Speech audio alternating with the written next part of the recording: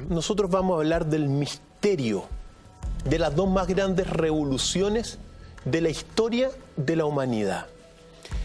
Y mira, aquí el marco teórico es fundamental, al menos decir un par de cosas. Mira, el misterio es la fuente de toda ciencia verdadera. Pero cuando tú logras en tu vida experimentar el misterio, es una de las cosas más bellas que a uno le puede ocurrir como ser humano. En el caso que vamos a hablar hoy día, en el mundo han habido muchas grandes revoluciones. Pensemos siglo XVIII, siglo XIX, siglos de revoluciones, la revolución industrial, la revolución francesa, la revolución filosófica alemana, que marcan la época contemporánea en nuestro mundo. Pero la pregunta es, ¿cuáles son las dos más grandes revoluciones de la historia de la humanidad? Digo esto porque al investigar durante muchos años, en lo personal, los descubrimientos me llevaron a experimentar personalmente el misterio que hay detrás de la historia, Jean-Philippe. Y cuando uno experimenta el misterio, es algo personal, pero que de alguna forma es fantástico. Empecemos. Por ejemplo, con Krishna y quiero que me expliques todo en relación a él. Mira, para situarnos bien en el contexto, ¿ya? Remontémonos a los últimos pasajes de la gran leyenda y mito del Jardín del Edén. Dice lo siguiente: Dios le habla a Adán y Eva y le dice lo siguiente para situarnos: por desobedecer mis órdenes, el espíritu del mal acaba de invadir la tierra. Vuestros hijos, condenados a sufrir y a trabajar la tierra por vuestros pecados, se convertirán en malos y me olvidarán, les dice Dios a Adán y Eva. Pero mandaré al Cristo y a los profetas que se encarnarán en el vientre de una mujer y os llevará a todos la recompensa y la esperanza de una vida mejor y de dulcificar los males. Es decir, al final de ese pasaje, según la tradición oriental y occidental, Dios promete que va a enviar a los Cristos, que son los grandes profetas, los grandes creadores de cultura. Pues este devenir se cumple en el caso del Oriente en el año 3102 a.C., con la llegada del primer profeta de la humanidad, que se llama Krishna. Krishna es el gran creador de la cultura védica, de los Vedas que habíamos hablado. Es el primer puente que hay entre la divinidad, o el primer mensajero que manda Dios, según esta tradición, a la tierra. ¿En qué momento lo manda? Y aquí comienza la historia de Krishna, que es fundamental, y que es este que trajimos acá, que es esta figura representativa de todo el Oriente. Siempre tocando ahí está, tocando la flauta. De todos los grandes profetas de la humanidad, Krishna es el primero. Después vienen Buda, Zaratustra, Jesús, Platón, Abraham, Mahoma y otros tantos.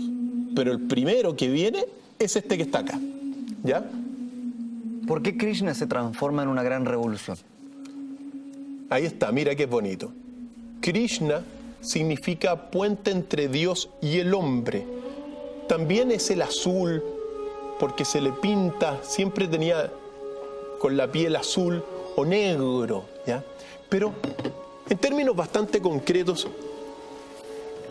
en el momento de ese año 3113 a.C., quien gobierna la tierra es el rey Kansa y la diosa del deseo y de la muerte, que es la diosa Kali. Fíjate tú, Entonces, en ese momento, el rey Kansa en la India busca, de alguna forma, se casa con Nisumba y busca un heredero. Y le pregunta en una ofrenda de fuego, ¿quién va a ser el heredero de este rey malo, de este rey Kansa, que era un momento oscuro de la humanidad? Recordemos que según la tradición, cuando se oscurece la humanidad, la divinidad envía a estos profetas. Pues bien, le dicen al rey Kansa que no van a ser de vientre de Nisumba ningún heredero, sino que van a ser quien lo va a reemplazar de la Virgen Devaki, que era la hermana del rey Kansa. De la Virgen Devaki van a ser el gran gobernante que va a reemplazar a Kansa. Inmediatamente el rey Kansa manda matar a su hermana, la Virgen Devaki. Pero en la noche que lo iba a matar, toman, digamos, el jefe de los sacrificadores se acerca y le dice a la Virgen Devaki que se vaya porque el rey Kansa lo iba a matar. La Virgen Devaki se va al monte Meru, y en el monte Meru se encuentra con el gran anacoreta que es Vasudeva, y Vasudeva lo lleva finalmente a la aldea de Nanda. Nanda es la persona que va a cuidar a la Virgen Devaki, que aparece en esta imagen con Krishna. Pues bien, la Virgen Devaki, fíjate tú, en un momento de misticismo, se le aparecen las divinidades y le anuncian que va a ser ella la que va a traer al mundo al gran Salvador, que va a ser Krishna. Sin pecado queda embarazada Devaki. Similar a la historia que conocemos más dentro del catolicismo. Por eso es el misterio, porque gran parte de la historia de Krishna, el arquetipo de la vida de Krishna, se va a repetir en la vida de Jesús. Es fantástico, Jean-Philippe. Pues bien, en este escenario, Krishna nace. Y nace y rápidamente se transforma en un niño que no tiene miedo, que incluso, según cuenta la leyenda, le abría la fauce a las panteras, montaba rápidamente a los elefantes y muy rápidamente Krishna se transformó en un guerrero. El profeta Krishna fue antes que nada un guerrero, un héroe para aquel tiempo. Se enfrentó a monstruos según la tradición, a los más grandes guerreros de la época y los venció a todos. Incluso en un momento dado, Krishna dice, con el arco y bueno, con todas sus habilidades, tráiganme al mejor guerrero del rey Kansa. Y le traen al guerrero del rey Kansa y Krishna lo mata. Después Krishna desafía a un monstruo, a una serpiente gigantesca con unas crestas que se inflamaban. La gigantesca serpiente se tira encima de Krishna, lo comienza a triturar y antes de que lo triture, Krishna le corta la cabeza a la serpiente y se transforma en un héroe nacional. Cuando se transforma en un héroe nacional, el rey Kansa, fíjate tú que el rey Kansa, quien había mandado a matar a la madre de Krishna, lo llama para que le conduzca su carruaje. Y Krishna, sin saber que el rey Kansa había ideado eso, se pone al servicio del rey Kansa. Pues en un episodio, vale la pena recordarlo, en un episodio viajan al monte Meru y Krishna encuentra a Vasudeva. Vasudeva fue el gran protector de la infancia de Krishna. Y cuando el rey Kansa ve esto, se da cuenta que Krishna es el hijo de Devaki y quien está llamado por la leyenda a reemplazarlo en el gobierno y le lanza una flecha directo al corazón. Y la flecha se acerca, pero Krishna se mueve y mata la flecha a Vasudeva, que era el gran amigo, de alguna forma, de Krishna. Sucede que en ese minuto, de alguna forma, hay una declaración abierta de guerra entre Krishna y Kansa. A Krishna ese acontecimiento le impactó mucho. ¿Por qué? Porque en el fondo trabajaba para Kansa y Kansa mató al protector de su infancia. Es en ese momento donde, también impactado por la muerte, por la desaparición de su madre Devaki, que Krishna, después de ser el más grande de todos los guerreros, se dedica a la meditación, se dedica a los estudios y se transforma en el más grande filósofo de aquel tiempo. ¿Cómo fallece Krishna? Claro, ya convertido en gran hombre, Krishna, mira, es tan sabio lo que ocurre porque triunfa. Krishna, su filosofía, por ejemplo, cuando se transforma en el gran profeta, Kansa lo manda a matar de nuevo. Pero los guerreros dicen, ¿cómo lo vamos a matar si es un gran profeta?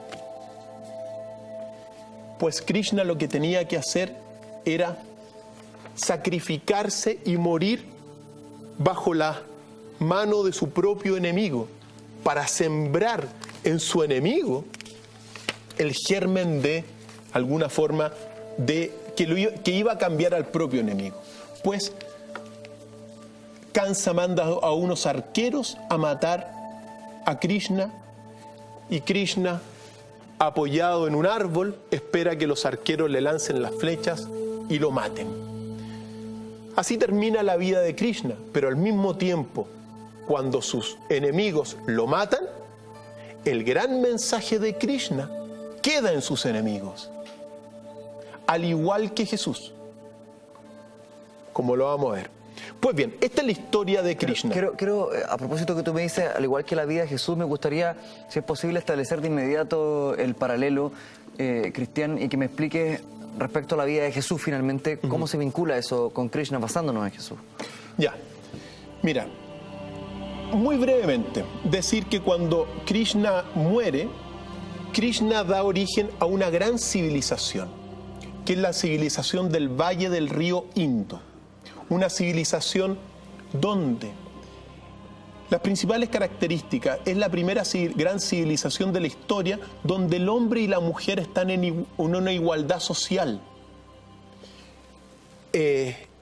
donde hay una moralidad, donde no hay muchas guerras y se crea una gran civilización, ¿ya? Esta civilización creada por Krishna en el Valle del Indo, año 3000 antes de Cristo, un poquito posterior, es fantástica. Como te decía, su principal cualidad es la creencia en esta igualdad entre el hombre y la mujer. Es la primera gran civilización de la historia donde el hombre y la mujer son iguales. Y todo esto termina con una revolución de sacerdotes brahmanes que tomaron el mensaje de Krishna e instauraron una revolución de castas, digamos,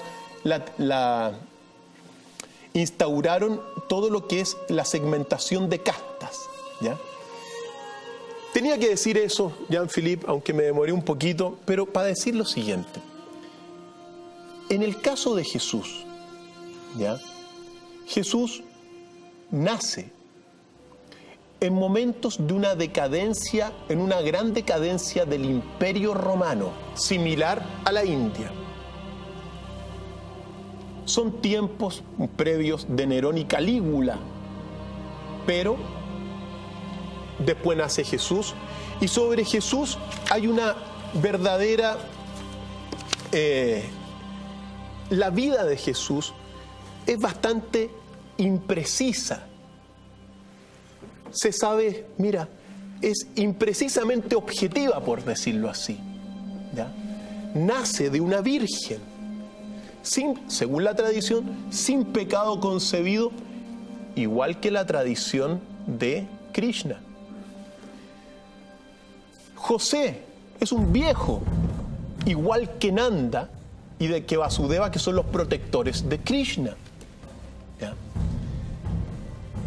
Sobre el nacimiento de Jesús, tú sabes, se sabe poco. Unos dicen que nació en un pesebre, nosotros sabemos que nació en una cueva.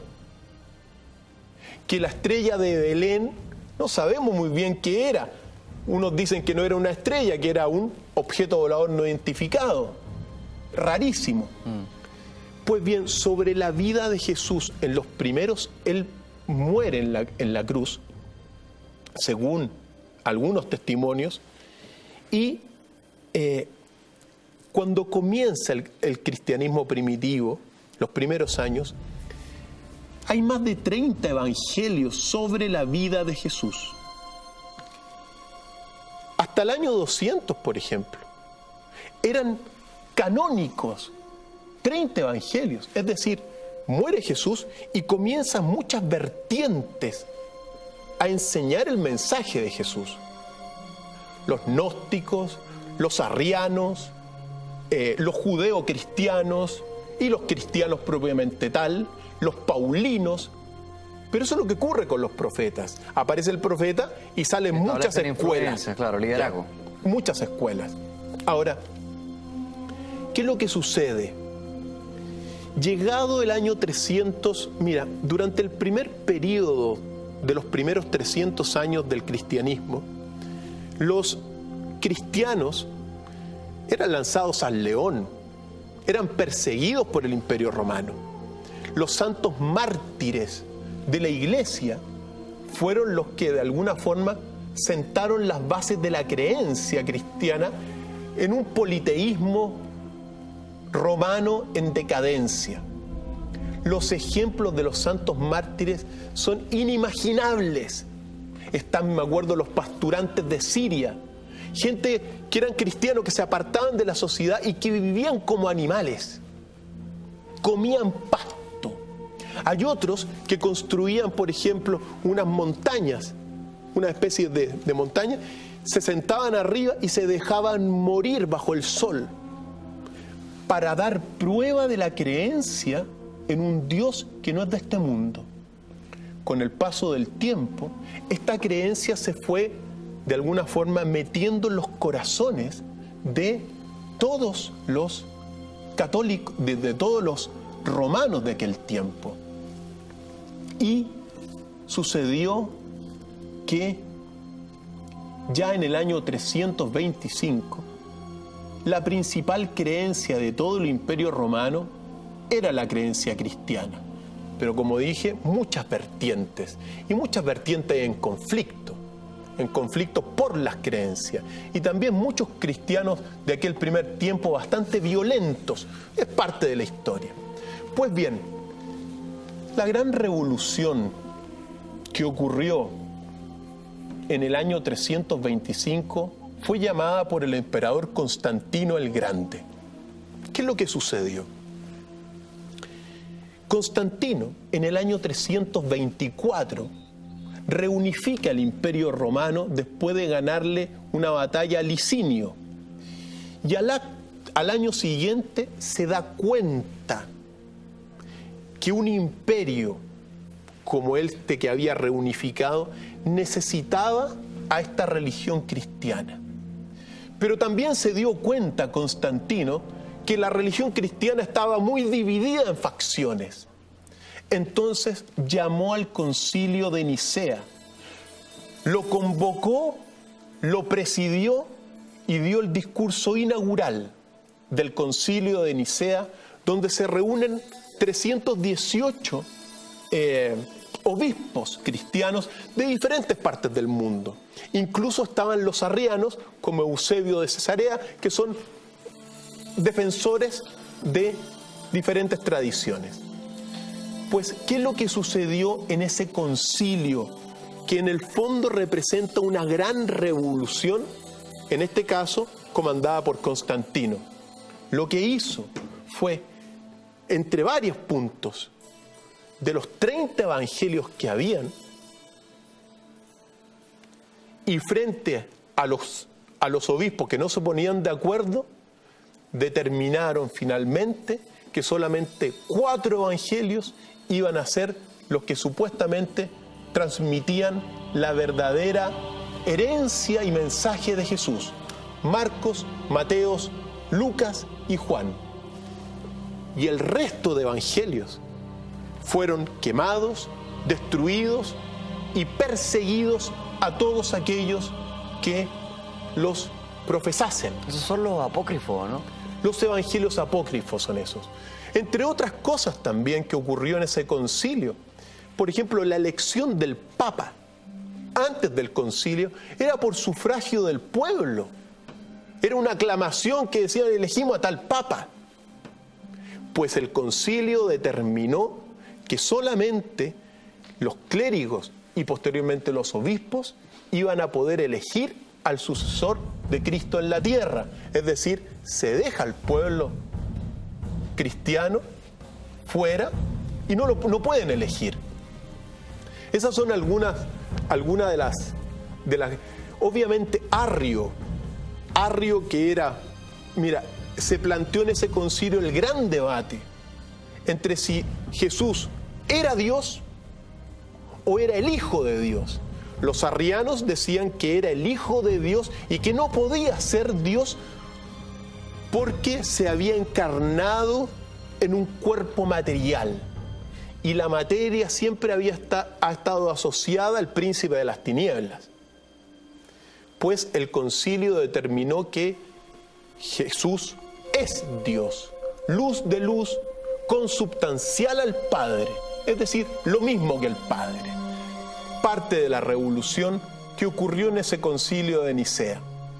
Y dentro de los aspectos fundamentales que ocurrieron, de alguna forma, quizá lo más relevante para los que estudian el mensaje de Jesús, es que en el fondo el concilio de Nicea instauró esta creencia en estos 4 evangelios. Pero no es que esos 4 evangelios sean el cristianismo. Es un cristianismo que venció en ese concilio, en gran medida presionado por las necesidades de religión que tenía Constantino el Grande. Pero en realidad es el cristianismo paulino de estos 4 evangelios el que vence en ese concilio. Pero hay otros cristianismos que derivan de la enseñanza de Jesús, como estos de los evangelios apócrifos o evangelios gnósticos. ¿Pero esos 26 evangelios apócrifos cambiarían radicalmente la historia que conocemos nosotros hoy en día? Mira, piensa tú que eso ocurrió en el 325 y se borraron a todos los otros. Las próximas generaciones. Desaparecieron de la historia en gran medida todas las otras interpretaciones de estos otros evangelios. Desaparecieron. Entonces, durante mucho tiempo hubo una iglesia y una interpretación de los evangelios. Ahora, después en el siglo XVI llegó Martín Lutero y aparecen nuevas interpretaciones, pero a nivel de fuentes sobre la vida de Jesús y sobre el mensaje de Jesús, en 1945 se descubren los evangelios gnósticos o los evangelios apócrifos en lo que se llamó la biblioteca de Nag Hammadi en Egipto. Los evangelios apócrifos son los evangelios que hablan, que son estos otros evangelios que fueron destruidos después del concilio de Nicea y que hablan de las otras tradiciones a partir del mensaje de Jesús. Eso es muy relevante, porque aparece, por ejemplo, toda la visión gnóstica.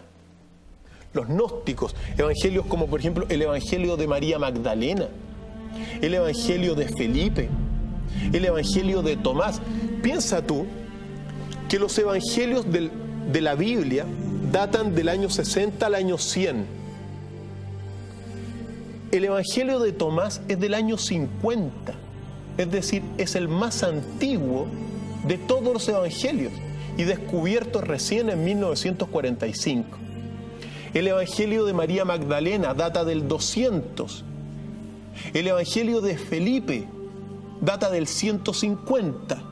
Es decir, mira, cuando se hace este descubrimiento y las primeras traducciones de los papiros aparecen en 1988, obviamente me las compré inmediatamente y me los comencé a leer. Y claro, nosotros siempre volvemos a la época que nos marca. Nosotros estamos marcados por esta época de fin y de comienzo. Época donde se va a conocer más verdad, Jean-Philippe. Y una de las verdades que se va a conocer, o que se está conociendo, es que en realidad, sobre la vida de Jesús, hay mucho que conocer todavía. Y al menos están dados en estas fuentes. Yo no quiero, siempre es importante porque uno tiene que hacer la distinción que en gran medida a partir de lo que uno sabe y que cada persona sabe, cada persona tiene su interpretación de su Cristo, ¿ya? Pero también es necesario decir que dentro de estas interpretaciones o ideas que tú puedes tener de Jesús, hay dos grandes enfoques, que es el enfoque histórico o laico de la vida de Jesús, que es el que nosotros privilegiamos en nuestro análisis, y el enfoque de la fe, el teológico. El enfoque teológico se basa en la tradición histórica, obviamente, pero nosotros no buscamos cuestionar las creencias que tiene la gente sobre Jesús.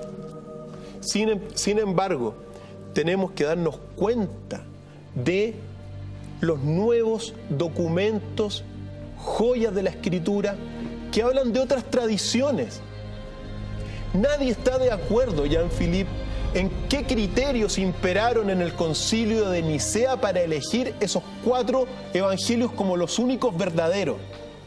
San Ireneo en el siglo II fue el primero que propuso que se conservasen estos 4 evangelios, que eran los que supuestamente transmitían la verdadera herencia de la vida de Cristo. Pero en realidad no hay criterios. ¿Cuáles fueron los criterios por los cuales Constantino y el concilio de Nicea solamente tomaron 4 evangelios de los 30 evangelios? La Iglesia no tiene ninguna explicación. No hay ningún documento de la Iglesia que te diga que estos fueron los criterios que imperaron para elegir estos 4 evangelios. Algunos dicen que eran evangelios escritos por apóstoles, un criterio posible. Otro criterio que tenían una regla de fe, también es posible. Otro criterio que eran de alguna forma sagrados o respondían a una iluminación. Pero en aquel año 300 todos los cristianos estaban iluminados. ¿Cuáles son los principales aspectos que llaman la atención de estos evangelios apócrifos que podrían también cambiar la historia más tradicional? Respóndemelo inmediatamente después de Contreras. De esos evangelios apócrifos, Cristian, ¿cuáles son los aspectos, los ítems que llaman más la atención y que han resultado también más controversiales? Mira, Jean-Philippe, en realidad para todo el mundo, digamos, católico y cristiano, evangélicos también, que hay muchas iglesias evangélicas en el mundo, los evangelios que se han descubierto Primero, la Iglesia no los acepta como verdaderos, ¿ya? Aunque para los historiadores, para los experimentos con el carbono 14 y para los grandes lectores de estas lenguas muertas, son legítimos, pero la Iglesia no los acepta, eso hay que decirlo. Porque hablan de otras tradiciones. Hablan de tradiciones, por ejemplo, donde, mira, tradiciones que provienen de otra vertiente, de otra interpretación. Jesús, al igual que Krishna, mira, si uno ve estas dos grandes revoluciones, ¿en qué consistieron estas grandes revoluciones, las dos más grandes de la historia? El primer profeta, Krishna, llega a la tierra, crea una gran cultura que es la cultura del Valle del Indo, de igualdad entre el hombre y la mujer, que es uno de los rasgos fundamentales. Y la revolución de los sacerdotes brahmanes toma el mensaje de Krishna, lo confisca e instaura la división de castas, ¿ya? Que es la que rige hasta el día de hoy, tergiversando el mensaje de Krishna. ¿Qué es lo que sucede en el 325? Jesús llega en el 325 ocurre la revolución. ¿Qué se hizo en el Concilio de Nicea? El mensaje completo de Cristo, contenido en muchos evangelios, se confiscó y se instauró una sola interpretación para el Imperio Romano. Lo mismo que le ocurrió a Krishna, le ocurrió a Cristo, por esta gran revolución de este concilio.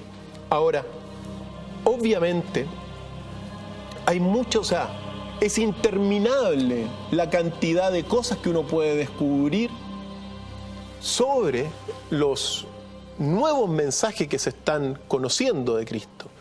Pero al margen... ¿En el Evangelio apócrifo se habla directamente de Jesús? Sí, pues, directamente, son evangelios.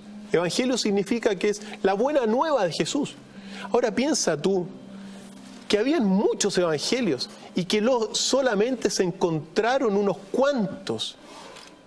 Es decir, se borraron. Constantino mandó a quemar y destruir todos los evangelios que no eran aquellos 4. Entonces el mensaje completo de Jesús se empobreció. Así como los brahmanes en la India empobrecieron el mensaje de Krishna. Es necesario y era necesario decir estas cosas, Jean-Philippe, porque según la tradición, estos grandes profetas son los enviados por la divinidad a la tierra para traer orden al mundo y, como señalaba al principio, cuando me hayan olvidado, enviaré al Cristo que se encarnará en vientre de mujer y que llevará una nueva esperanza a la tierra. Pues esa esperanza suele suceder, la toman los grandes, nacen estos grandes mensajeros y es tergiversada por las instituciones posteriores, Jean-Philippe. Ahora, es verdad que, mira, ya vamos a tener sesiones exactas, pero muchos de estos evangelios hablan de tradiciones mucho más, de alguna forma, muchos se vinculan a tradiciones más orientales, los evangelios apócrifos o los evangelios gnósticos, filosofías que vienen del Oriente. Explicaban en resumen que hubo 30 en algún momento, sin embargo, en un concilio se determinó que debían ser 4 los que regían la historia de ahí en adelante. Pero esos 26 restantes, me imagino, engloban muchas situaciones que pueden resultar polémicas para la iglesia actual, ¿no? Por supuesto que sí.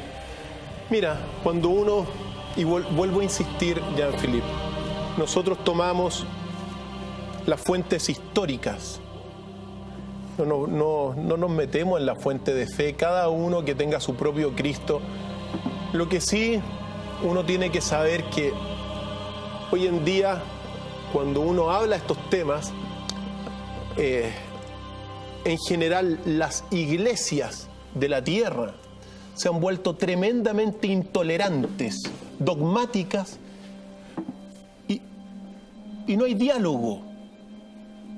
Eso es lo que caracterizan en gran medida a las iglesias que hoy día hay en la cristiandad. En la cristiandad hay 5.000 iglesias de base cristiana. Y la católica es una de las 5.000 iglesias de base cristiana que hay. Y entre ellas no hay diálogo. Hay intolerancia porque cada uno tiene una idea teológica de Cristo, que es Dios para ellos. Hay intolerancia, ¿ya? Dentro de las bases históricas, hoy en día, en cambio, mira, cuando uno analiza esto, primero la historia no es dogmática, la historia es de consenso. Nos ponemos de acuerdo y después si sale un nuevo acontecimiento, digamos, un nuevo documento que cuestiona, bueno, podemos ir consensuando cosas, pero no es absoluta como la visión del Cristo teológico de todas estas iglesias, que son sumamente intolerantes. Y es un rasgo que no va con los nuevos tiempos tampoco, la intolerancia, pero es parte de la decadencia en la cual está el sistema. Ahora, cuando uno toma todos los evangelios que hoy día disponemos y que somos la primera generación en 2000 años que tenemos la posibilidad de disponer de estos evangelios. ¿Qué haces tú, Jean-Philippe, como investigador? ¿Tomas estos textos y los quemas? Por supuesto que no. Tampoco yo y tampoco gran parte de los investigadores. Los estudiamos. Les aplicamos el carbono 14, nos damos cuenta que son legítimos. Los expertos en lenguas muertas, coptas, los leen, se dan cuenta que son legítimos, los interpretan, los traducen. Y llegamos a un escenario nuevo sobre la vida de Cristo.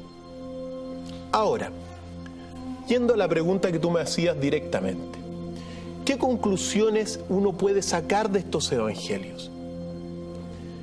No vamos a ir en las profundidades, pero sí al menos, mira, algunas importantes cosas, como siempre se ha sabido históricamente. Ni mujer alguna. Ni mujer alguna. Era una persona pulcra, segura, con su misión,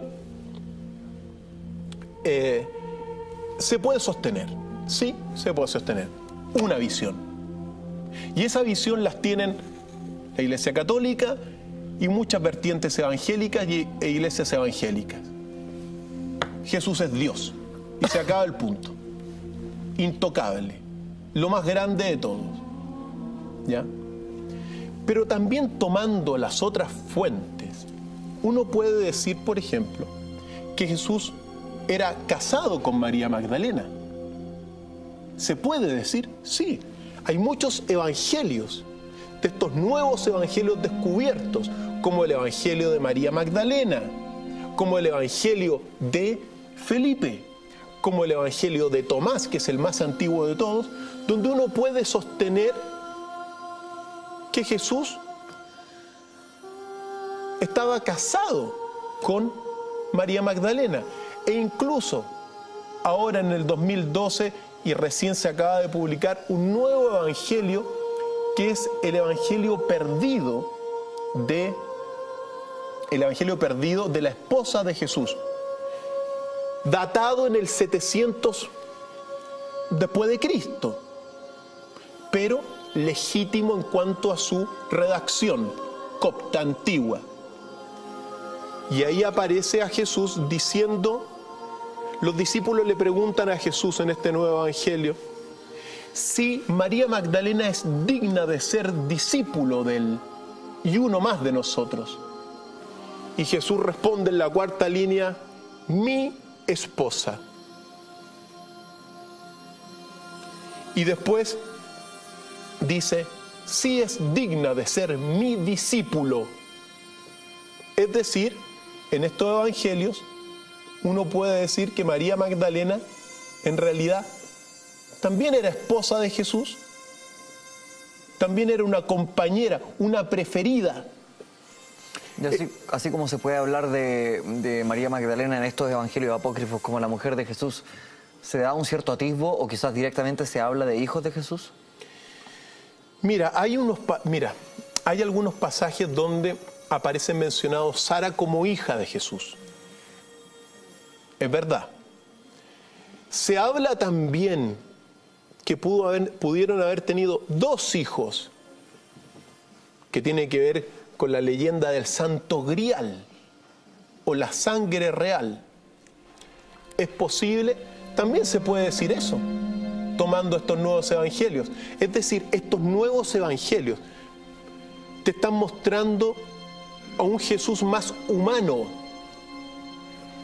a un hombre en la tierra, con una necesidad de amar y de ser amado, e incluso con la necesidad de tener una familia.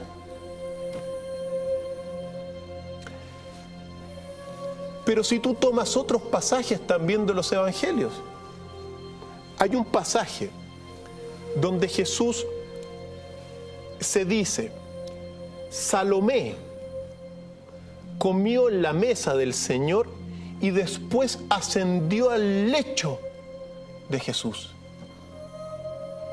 Y Salomé era otra mujer. Entonces, a partir de este evangelio, otro evangelio, uno podría llegar y sostener que en realidad Jesús era bígamo y tenía 2 mujeres, María Magdalena y Salomé, porque comer en la mesa y después ascender al lecho, o quizás más mujeres. O quizás más. ¿Sabes por qué? Porque mira, a los 12 discípulos, a Jesús y a los discípulos, lo acompañaban muchas mujeres, muchísimas mujeres. Y eso está constatado. Si uno fuese un romano de aquel tiempo y ve a este profeta caminando por la tierra con discípulos y todas estas mujeres, el romano dice: estas son para los servicios sexuales de todo este grupo. Pero incluso hay un evangelio que es un evangelio falso, el evangelio secreto de Marcos, falso completamente. ¿Por qué? Porque los expertos, como Antonio Piñeiro, Joseph Montserrat y otros tantos, llegaron a esa conclusión. ¿Ya? Recordemos que la historia es consensuada y al menos los grandes expertos en las traducciones han llegado a que este evangelio secreto de Marcos que es falso y que plantea incluso que Jesús pudo haber sido homosexual. Falso en todo caso. ¿Ok? Es decir, de los evangelios verdaderos, uno puede sacar que era célibe, que estaba casado también, que tenía incluso 2 mujeres. Por lo tanto, aquí está la interpretación desde la historia. ¿Por qué siempre se dice que en las narraciones orales, sobre todo, cada uno le pone su cosecha? Hasta el día de hoy pasa que uno cuenta una historia y después el amigo se la cuenta a otro cada vez más grande o al revés, inferiorizando algunos detalles. Pero, ¿por qué hay diferencias tan diametrales en estos evangelios? ¿Por qué se habla en algún momento de celibato, en otros de estar en pareja? ¿Por qué, si finalmente la historia en ciertos elementos más grandes debería, me imagino yo, tener ciertos factores comunes? Yo creo, Jean-Philippe, que nosotros estamos en un despertar de estos grandes conocimientos sobre uno de los grandes mensajeros del universo, que fue Cristo. Al igual que Krishna y Cristo. Fíjate tú que Krishna y Cristo están relacionados directamente, según la tradición más profunda. Estos mensajeros se encarnan por su propia potencia cuando la civilización está oscura. como le ocurrió a Krishna con el rey Kansa y como le ocurrió a Cristo con el Imperio Romano. Se encarnan por su propia potencia. Krishna significa oscuro, pero también significa puente entre Dios y el hombre. Krishna. De Krishna viene el griego Christus. El latino Christos, o sea, Christos, Christus. Christos en griego, Christus en latín, Cristo en castellano. A Jesús se le dijo el Cristo, recordando a Krishna. A Krishna, puente entre Dios y el hombre. Para los grandes sabios del Oriente, son una misma encarnación, el mismo avatar, Krishna, que desciende a la tierra, que se sacrifica para instalar el mensaje en el corazón de sus enemigos, y Cristo, el mismo avatar que se encarna 2000 años después, que se sacrifica él voluntariamente para transmitir su mensaje en el corazón de sus enemigos, y lo logra, y pone en orden. Y dos revoluciones de sacerdotes que confiscan el mensaje completo e instauran sociedades que son las que se están viviendo hoy en día. La India, una sociedad donde antes, con Krishna, el mensaje era de igualdad entre el hombre y la mujer, porque Krishna habló. Mira, otro detalle importante. La primera vez en la historia que se nombra a Dios fue Krishna, en la India, los Vedas, y le llaman Deus, sánscrito. Deus, sánscrito, Deus en griego, Dei en latín, Dios en castellano. Pero el Dios de Krishna no era un Dios Padre. El Dios de Krishna, la primera vez que en la humanidad se menciona a Dios, se le confirma como una biunidad, luz, sagrado, hombre y mujer unidos en un huevo. El hombre y la mujer representan la divinidad suprema por excelencia en el Oriente. O sea, no se le asigna un carácter tan antropomórfico como en las religiones contemporáneas. Los asocian en la cultura de Krishna, la cultura del Valle del Indo. Deus es el hombre y la mujer unidos en un huevo. Por eso la sociedad del Valle del Indo, la mujer y el hombre estaban en una igualdad gemelar. La revolución de sacerdotes brahmanes acabó con la igualdad entre el hombre y la mujer. La revolución de los sacerdotes brahmanes lo que hizo es degradar moralmente a la mujer. De la igualdad que había en la primera gran civilización, la mujer pasa a ser prácticamente la autora del pecado original.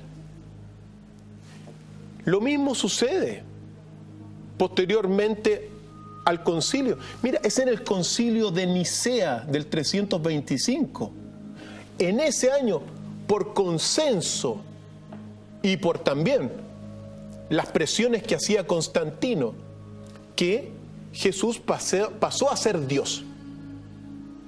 Es en ese concilio donde el gran debate entre Arrios, si era hijo de Dios o era Dios, se determina que era Dios, por consenso.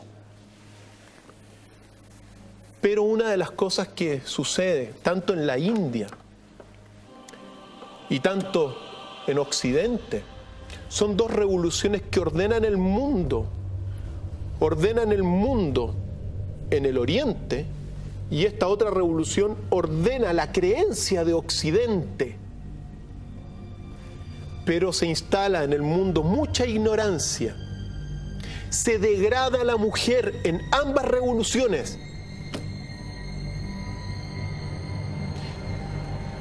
Se va criando de alguna forma un pueblo sin muchas esperanzas. Y también a un pueblo en la superstición, de alguna forma. En la creencia por creer, sin pensar o sin, de alguna forma, irse al cuestionamiento histórico. Así ha sido al fin y al cabo. Las vidas de Krishna es un arquetipo de la vida de Jesús. Lo que ocurrió después es similar también. Se cambian los mensajes, se tergiversan los mensajes y de alguna forma se empobrecen. Yo creo que lo más relevante hoy en día, como siempre, es darnos cuenta de que estamos en una nueva época, pero también en una época oscura, Jean-Philippe. Nosotros estamos viviendo una época tremendamente oscura hoy en día. Y según la tradición, es tiempo de que venga Jesús a la tierra, que se encarne nuevamente este gran espíritu que se encarnó en la India primero y después, bueno, en Belén. Es tiempo de que se cumpla este gran misterio.